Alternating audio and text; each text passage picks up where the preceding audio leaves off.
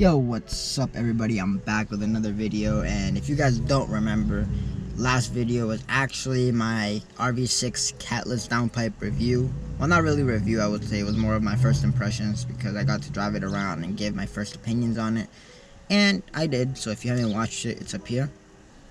But I'm glad to be back because I remember that a lot of you left off last video wondering what about the check engine light, or how can I get rid of it. And that's exactly what we're going to be doing today. We're going to be reflashing / retuning our car, see if it makes a difference. And we're also going to be getting rid of the check engine light, and I'm going to be showing you how to do that because I know a lot of you really wanted to know that question, and it was a comment that I got a lot on last video. So yeah, let's get started. So obviously you want to grab your laptop. I have a HP nice window laptop right here. It works best for me. If you guys have stuck around my channel for a while, you guys know I had the MacBook in the beginning, and it was a pain. I had to download something to get Windows on the Mac and everything, and it was a pain. So I got gifted this for Christmas, so I was lucky because I've been using this to edit and everything ever since. Oh, it's so dark. I gotta put in my password. Not me watching How to Turbo by T-Torres. Yeah, best SI content out there though. Shout out to Torres. But yeah, just open up Ktuner, guys. You guys know the routine. I don't even think I've updated Ktuner in a while. I haven't used it in a while, if I'm honest with you guys, since I made the How to Pop and Burble tune. So hopefully there's no new update, because that would suck. But yeah, car is already in accessory mode. I do need an oil change, don't mind me. I am a few thousand miles over, but you guys don't worry. I change my oil every 3,000 miles because I drive hard, so I guess it could make it to 5,000. Alright, so Ktuner is loaded up, you see that, so just plug it in. I already have it plugged in down there too. You guys know how to do all of this. It's things that we do commonly on the channel at this point. So once it's plugged in, just make sure that the light down here that says connected or disconnected turns green and says logging or connected. And you also see numbers up here that'll change like this, and that's how you'll know that you're good to go. Just make sure your car is in accessory mode. So we are going to be trying to get rid of that emission systems problem light today in this video, and that's very simple. But first things first is we're going to open a new tune because we want to retune this car. I'm going to see if I can reflash it. Our K20C2 2016 Civic, well, that's our car, so still there's only a factory calibration, so that's all that we can do. And we pick tune 1 next. You guys know all this is the regular. Just gotta wait for it all to load up,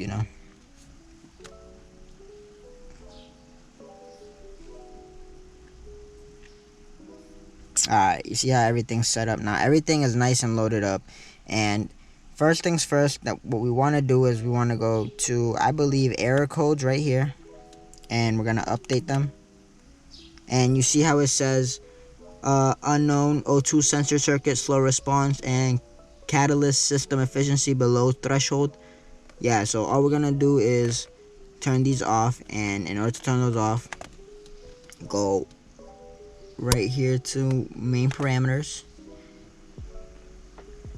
disables / monitors, and you want to turn off O2 sensors slow response and catalyst efficiency. That is it. Don't worry about turning off cold start idle air control or ECT below regulating temperature. That has nothing to do with this. You just want to click these two, and then tune your car like regularly. So what I'm going to be doing is I'm just going to be giving my car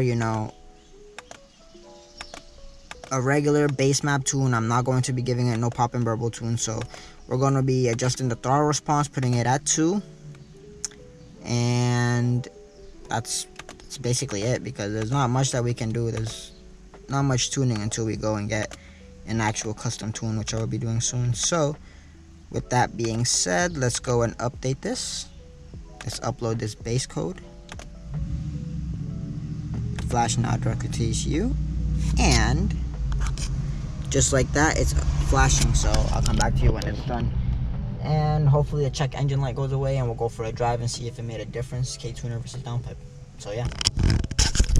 Alright guys, so I didn't get to show you, but the tune is done.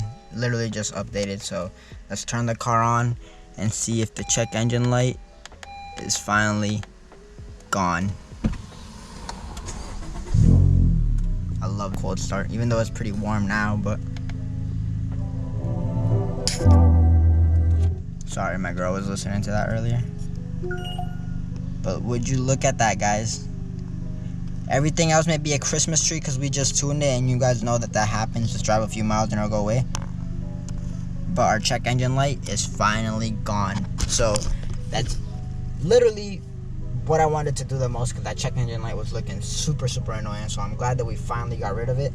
And you know, let's just drive around now and let's see if that Ktuner did anything to the downpipe and if it feels any different. So hopefully I can get some good clips for you guys. So I'm probably gonna strap you on my head like usual, and let's go for a drive. Before we start driving, one thing I do want to bring up is the SI exhaust that I have been making you guys wait on forever. I know it is on me. I have been making you guys wait about like months. I know you guys have been asking in the comments. You guys have been DMing me. Literally, you guys have been blowing me up about the SI exhaust. Don't worry, guys. It's coming. To keep the story short, let's just say I almost got scammed for the SI exhaust over some fake sponsorship thing. But yeah, it was some crazy thing. It was all a big mess. I'm glad I didn't get scammed though. And I definitely have the exhaust that I want in my cart already and ready to go. And it's definitely going to be the next mod that I do. Hopefully, when I order it, it's going to come in soon. I'm expecting it to come in around the 3-month mark, because that's just how long everything's been taking. So, who knows? But I would really like to get it as soon as possible, so I can take it to the exhaust shop and get it to fit for you, because I know that's what you guys love to see. You guys love to see the exhaust videos. So, yeah, SI exhaust definitely is coming. And with that being said, let's get to driving. Alright, I got you guys on my head. Sorry if you guys hear weird noises. The mic is just really high up and it kind of hits the roof up here, but sorry. Let's put the AC on. I'm sorry, it's just really hot, guys. Windows up, and let's drive around and see if Ktuner and downpipe made a difference. I hope it did, because it felt really slow last video when I did the first impressions, and I don't know what it was. Maybe it's because I didn't reflash the Ktuner, so we'll see.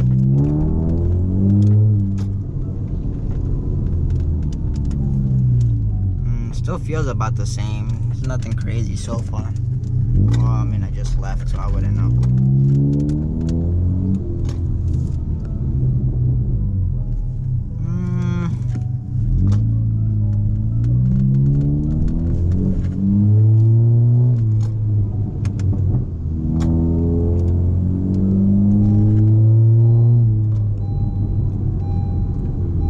Sounds about the same to me, guys.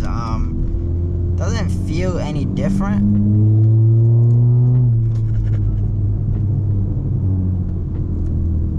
It still sounds so good though. I love the way this thing sounds. So obviously I don't know how good it's gonna feel until I take it onto the highway and get a VTEC pull for you guys, because that's what I was complaining the most about last video. Well, not really complaining about, but I did bring it up because I don't know if it was me, but I kind of felt like the VTEC was engaging a little sooner than it should have been, or I don't know, something seemed a little bit off, but I didn't feel much of a difference with the VTEC. And a lot of you were telling me that I shouldn't be feeling a difference, but some of you were telling me that I should be feeling a difference. So I don't really know. We're just gonna go and take it off to that little highway that I always go on all the time, you know, somewhere in Mexico, and we're just gonna get a nice VTEC pull for you guys, and I'll let you know if it really does feel different or not, because it's hard to tell when you just bolt a piece on and you don't tune it properly. And I'm not saying that I have a proper tune for it, because all I have is a bass map, but maybe the reflash did do something. So let's just head there.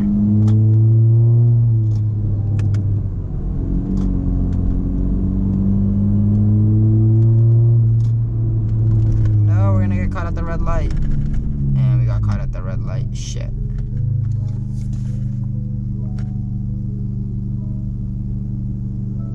Two hours later.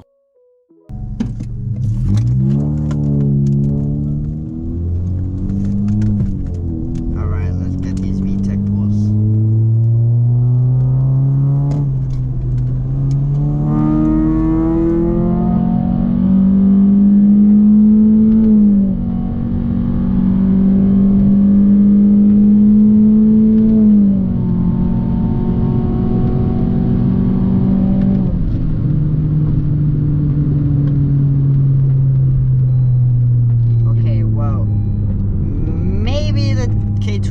reflash did do something. I'm not gonna lie, guys.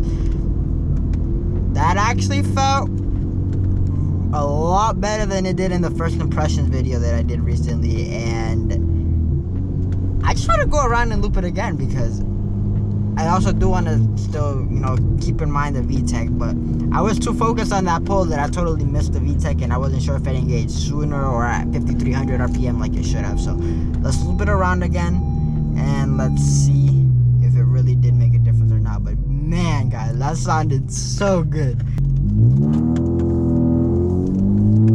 Alright, so we made a UE, guys. We're going back around and time to see if there's really a difference or not. It felt pretty good, and that was a second gear pull, so let's try a third. See if we can get space. Looks like we're gonna be doing a second gear pull, guys. Let's go.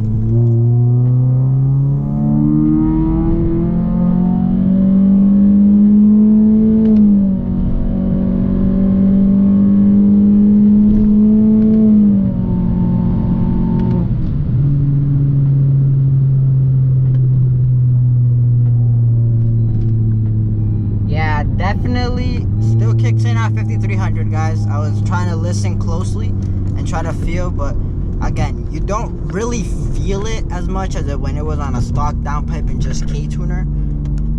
It does definitely get a lot louder, and the pickup from 5300 all the way to the rev range, which is 6700, it picks up really quick, and it seems to be going through the gears a little bit quicker. I'm not sure if it had an effect on you know, the gearing or anything. Probably not, because it's just a bolt-on, but it definitely is picking up a little bit more quicker and feels a little more responsive compared to before. So I'm glad that we did do this reflash, and the car sounds amazing, guys. It sounds amazing. It's still super slow, and it's very unfortunate because I feel like the 2.0 has so much potential, and you know, it's sad to say that I'm almost nearing an end to performance mods that I can buy, because I have done the AM air intake, guys. I've done the rv6 downpipe. I have the Ktuner, and I mean, obviously we still got coilovers, we still got, you know, things like a wrap and like the Type bar bumper and like little things like that, but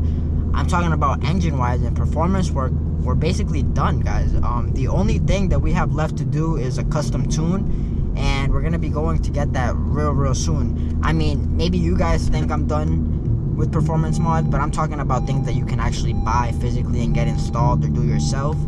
We're basically done. There's not much else we can buy, but I have been doing my research, and I have so much planned for this car, guys. You guys don't know the work and investment that I have been putting into this. So if you're new, please start subscribing, and you know, just watch my videos, give me any suggestions, anything that you guys might want to see, so that, you know, I can start doing them while I work on this project. Because this Honda Civic, it's either going to be NA power or it's turbo power. That's all I'm gonna say, but it's definitely gonna get over 250 horsepower with Ktuner, with Honda, or just a stock motor. Somehow, somewhere, we're gonna get this car over 250, and I would prefer it be with NA power before turbo power or anything, just because that's what Civics are known for. They're known for being able to handle 400 plus horsepower on just a stock block, and usually they have no turbo. So